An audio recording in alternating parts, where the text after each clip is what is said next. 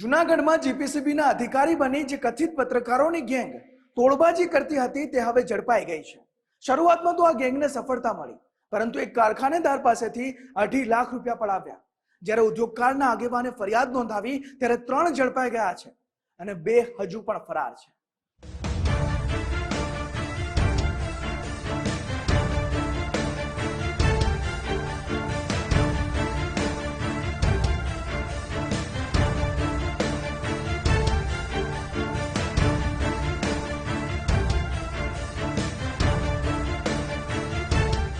ગુજરાત પ્રદૂષણ નિયંત્રણ બોર્ડ તેમજ પીજીવીસીએલના અધિકારી બનીને પૈસા પડાવતી એક શાतिर ઠગ ટોળકીના 3 સભ્યો પોલીસના સકંજામાં આવ્યા।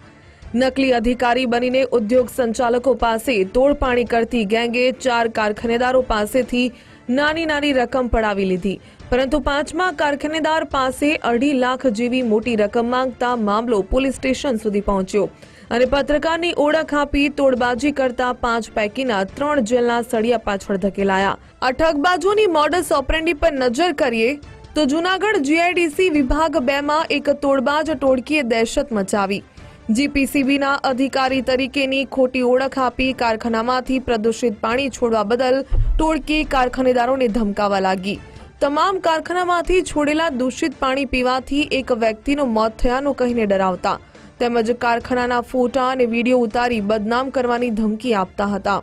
જે બાદ ટોળકીનો એક સભ્ય પીજીવીસીએલના અધિકારીને બોલાવીને યુનિટ સીલ કરવાનું કહી રૂપિયાની માંગણી કરતો હતો। આ શાतिर ઠગોએ 2 દિવસમાં 4 જેટલા કારખાનેદારોને નિશાન બનાવીને 60,000ની રકમ પડાવી લીધી।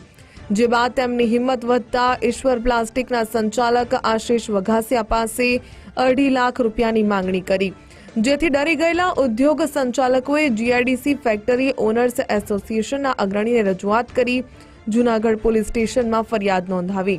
ઉદ્યોગકારોના કિસ્સા ખંખેરતી ટોળકીને ઝડપવા આગેવાનોએ જિલ્લા પોલીસ વડાને રજૂઆત કરતા ક્રાઇમ બ્રાન્ચ અને સ્થાનિક પોલીસ સ્ટેશનનો કાફલો ત્વરિત એક્શનમાં આવ્યો। એમાં અમારે જીઆઈડીસી ના લગભગ 5 ઉદ્યોગકારો આ ઠગ ટોળકીને ઝપટે ચડી ગયેલા હતા।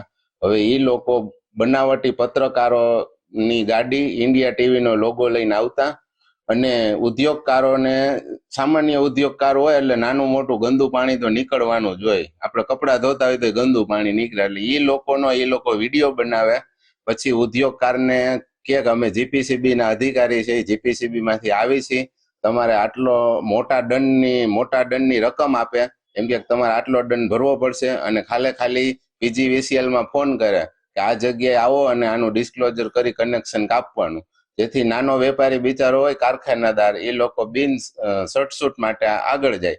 એવી રીતે 4 ઉદ્યોગકારો પાસેથી 5,000, એક પાસેથી 10,000, એક પાસેથી 15 ને એક પાસેથી 21,000 રૂપિયાનો આ લોકોએ 10 દિવસમાં તોડ કરેલ। જૂનાગઢ એ ડિવિઝન પોલીસ સ્ટેશન અને તાલુકા પોલીસ સ્ટેશનના અધિકારીઓએ કારખાનાઓમાંથી મળેલા સીસીટીવી ફૂટેજ અને ટેકનિકલ ડેટાના આધારે ત્વરિત એક્શનમાં આવીને 5 ઠગબાજ પૈકી મૂળ જેતપુરના 3 ઇસમોને ઝડપી લીધા। જૂનાગઢ પોલીસે અજય જાદવ, હેમંત શેખવા અને વિજય બહાદુર રામવર્માની ધરપકડ કરી। આ ઉપરાંત ઠગ ટોળકીના 2 ફરાર ઇસમો જૂનાગઢના વિવેક મહેતા અને જેતપુરના રાકેશ પીઠડિયાને ઝડપી લેવા તપાસનો ધમધમાટ હાથ ધર્યો। એક છે અજય જયસિંહભાઈ જાદવ, જે જેતપુરનો છે, બીજો છે હેમંત બટુક શેખવા, એ પણ જેતપુરનો છે, વિજય બહાદુર રામગરીબ વર્મા, એ પણ જેતપુરનો છે, અને અન્ય 2 જે આઈડેન્ટિફાઈ થયા છે, એક વિવેક મહેતા જુનાગઢ અને રાકેશ પીઠડિયા જેતપુરના છે। આ લોકોએ છેલ્લા અઠવાડિયે 10 દિવસ 15 દિવસમાં એ ડિવિઝન પોલીસ સ્ટેશન વિસ્તારમાં અલગ જગ્યાએ 30 સાથે એક 5,000 આ રીતના પડાવેલા છે, એક 5 8 10,000 રૂપિયા છે અને એક 15,000 રૂપિયાનો પણ એ લોકોએ આ રીતના બળજબરીપૂર્વક કઢાવી લીધેલા છે। વેપારીઓને ધાકધમકી આપી, ખોટો ભય બતાવી, અને એક જે છે કે આ પ્રયત્ન કરવા ગયા અને વેપારીઓને ખબર પડી ગઈ, વેપારીઓ પોલીસ સ્ટેશન આવ્યા, પોલીસે તાત્કાલિક ગંભીરતાને ધ્યાને લઈ ગુનો દાખલ કરી અને રાતોરાત આ 3 આરોપીઓને પકડી લીધા છે। 2 આરોપીઓ જે છે આ તોડબાજોએ સત્યમ ઇન્ડસ્ટ્રીઝ પાસેથી 21,000, શ્રીનાથજી પ્લાસ્ટિક પાસેથી 15,000 અને અમૂલ પ્લાસ્ટિક પાસેથી 5,000 રૂપિયા પડાવ્યા હોવાનું સામે આવ્યું છે।